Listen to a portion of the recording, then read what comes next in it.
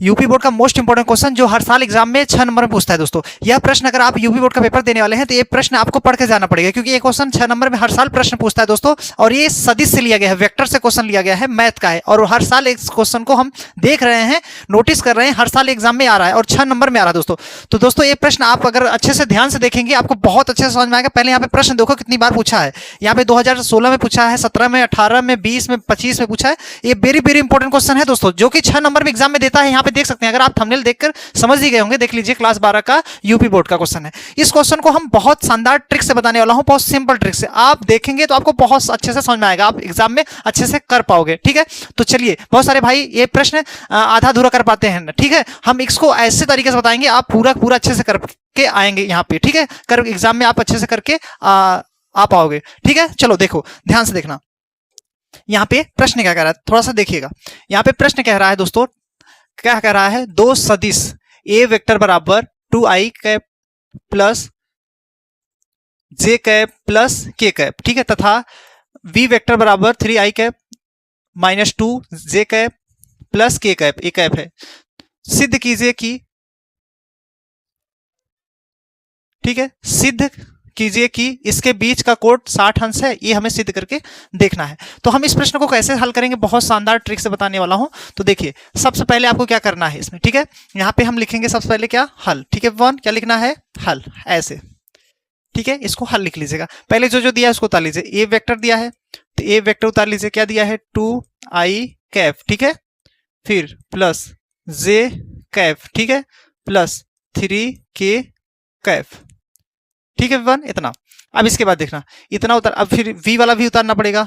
v vector बराबर क्या दिया है, 3i cap minus 2j cap plus k cap, ठीक है, इतना मैंने उतार लिया। ठीक है, अब देखना, हमें क्या निकालना है, a vector into v vector निकालना है। ठीक है, बराबर a वेक्टर का मान क्या है, 2i cap plus j cap plus 3k cap, ये पहला हो गया, इंटू दूसरा वाला जो बी वाला है, यहां पे लिखेंगे 3i cap minus 2j cap plus k cap, ऐसे ब्रैकेट बंद कर देना। ठीक है, अब इतना तो आपको समझ में आ गया होगा, बहुत सिंपल तरीका है। अब हमें क्या करना है, मल्टीप्लाई कराना है। मल्टीप्लाई कराने से पहले मैं आपको बता देता हूं गुणा कैसे लिखेंगे। देखिए, जैसे यहाँ पे फॉर्मूला, मतलब सूत्र जैसे क्या होता है, क्योंकि i इंटू जे रहेगा, ठीक है, बराबर जे, मतलब यहाँ पे कैप लगा दीजिए, कोई दिक्कत नहीं है, ठीक है, ऐसे, इंटू के कैप, मतलब जे कैप इंटू के कैप बराबर क्या होता है, 0 होता है, आदि। ठीक है, मतलब ऐसे रहेगा तो हमें क्या करेंगे, 0 समझ लेंगे। ठीक है ना, ये आपका फार्मूला का समझिए। ठीक है, आप देखना, जब इसको फार्मूला हम लोग समझेंगे तो यहाँ पे ध्यान से देखिएगा क्या करना है। यहाँ पे अब देखना, हमें मल्टीप्लाई कराना है, तो ए वेक्टर इंटू वी वेक्टर बराबर, देखो इसका इसमें गुणा कराएंगे, 3 दूना 6 हो जाएगा। ठीक है, और सेम सेम रहेगा, उसका मान 1 होता है, तो यहाँ पे ब्रैकेट में 1 लिख दीजिएगा। ठीक है, फिर प्लस, प्लस माइनस से क्या होगा, माइनस, 2 1 का 2 हो जाएगा। अब सेम सेम है तो यहाँ पे ब्रैकेट में 1 रहेगा। ठीक है, प्लस 3 1 का 3 हो जाएगा, मतलब सेम सेम है तो उसका मान क्या हो जाएगा, 1। ठीक है, अब देखना, ए वेक्टर इंटू बी वेक्टर बराबर, यहाँ पे 6 का 6 माइनस 2 का 2, फिर प्लस 3 का 3, जोड़ेंगे इसको, कितना हो जाएगा, ए वेक्टर इंटू वी वेक्टर बराबर क्या हो जाएगा, 6 3 9 में से 2 गया, 7 आ जाएगा। ठीक है, 7 आ गया ए इंटू वी वेक्टर का मान। ठीक है, इतना आपको समझ में आया। अब देखना, अब हम इस तरफ बता देते हैं। ठीक है, चलो थोड़ा सा इसको कर दिया, इधर हम लिख लेते हैं, यहाँ पे इसको क्वेश्चन को यहाँ पे हल कर लेता हूँ। ठीक है, यहाँ पे ए इंटू मतलब ए इंटू बी, मतलब ए वेक्टर इंटू बी वेक्टर का मान 7 आ गया। ठीक है, अब देखना, पुनः क्या करेंगे, यहाँ पे लिख ले रहे हैं, पुनः वेक्टर ए का निकालेंगे। ठीक है, वेक्टर ए, मोड ए निकालेंगे। ठीक है, तो मोड ए निकालेंगे, कैसे निकालेंगे, पहले तो जो दिया है पहले उसको लिख लीजिए, 2i कैप, और क्या दिया है, प्लस जे कैप। ठीक है, और क्या दिया है, प्लस 3j कैप, 3j मतलब के कैप है, के कैप लिख दीजिएगा। ठीक है, मैंने अब यहाँ पे वेक्टर लगा दीजिएगा। ठीक है, इतना आपको लगाना पड़ेगा। अब हम क्या करेंगे, यहाँ पे ध्यान से देखिएगा, इसको हम रूट में ऐसे लिखेंगे, यहाँ पे 2 का स्क्वायर हो जाएगा। ठीक है, प्लस ये इसके आगे 1 होता है, 1 का स्क्वायर हो जाएगा, प्लस यहाँ पे 3 है, 3 का स्क्वायर। ठीक है, ये आपका वेक्टर निकाल रहा हूँ। ठीक है, वेक्टर जो रहता है, जैसे वेक्टर में क्या होता है, रूट में करके जो रहता है आई और जे के, उसका वर्ग कर देना होता है। ठीक है, ऐसे कर दीजिएगा। 2 का 4 हो जाएगा, प्लस 1 का वर्ग 1 ही होगा, प्लस 3 का वर्ग 9। ठीक है, 9 1 10 4 14 हो जाएगा। कितना हो जाएगा, रूट में 14। ये वेक्टर का मान। अब हम इसी प्रकार निकालेंगे वी वेक्टर का मान निकालेंगे। ठीक है, अब वी वेक्टर का मान कैसे निकालेंगे दोस्तों, ध्यान से देखिएगा। यहाँ पे वी वेक्टर पहले जो दिया है, पहले उसको उतार लीजिए। 3 I cap minus 2j cap plus K cap S. ठीक है, अब हमें क्या करना है, अब देखना, हम सेम उसी के जैसा हल करेंगे। रूट में लिखेंगे 3 का वर्ग हो जाएगा इसमें भी। ठीक है, प्लस माइनस 2 का वर्ग करेंगे इसमें, और प्लस इसके आगे एक रहता है 1 का वर्ग हो जाएगा। ठीक है, बराबर 3 का वर्ग 9 हो जाएगा, प्लस 2 का वर्ग 4, प्लस 1 का वर्ग 1 ही होता है। अब जोड़ेंगे 9 1 10 4 कितना हो जाएगा, 14 हो जाएगा। इसका भी 14 आ गया।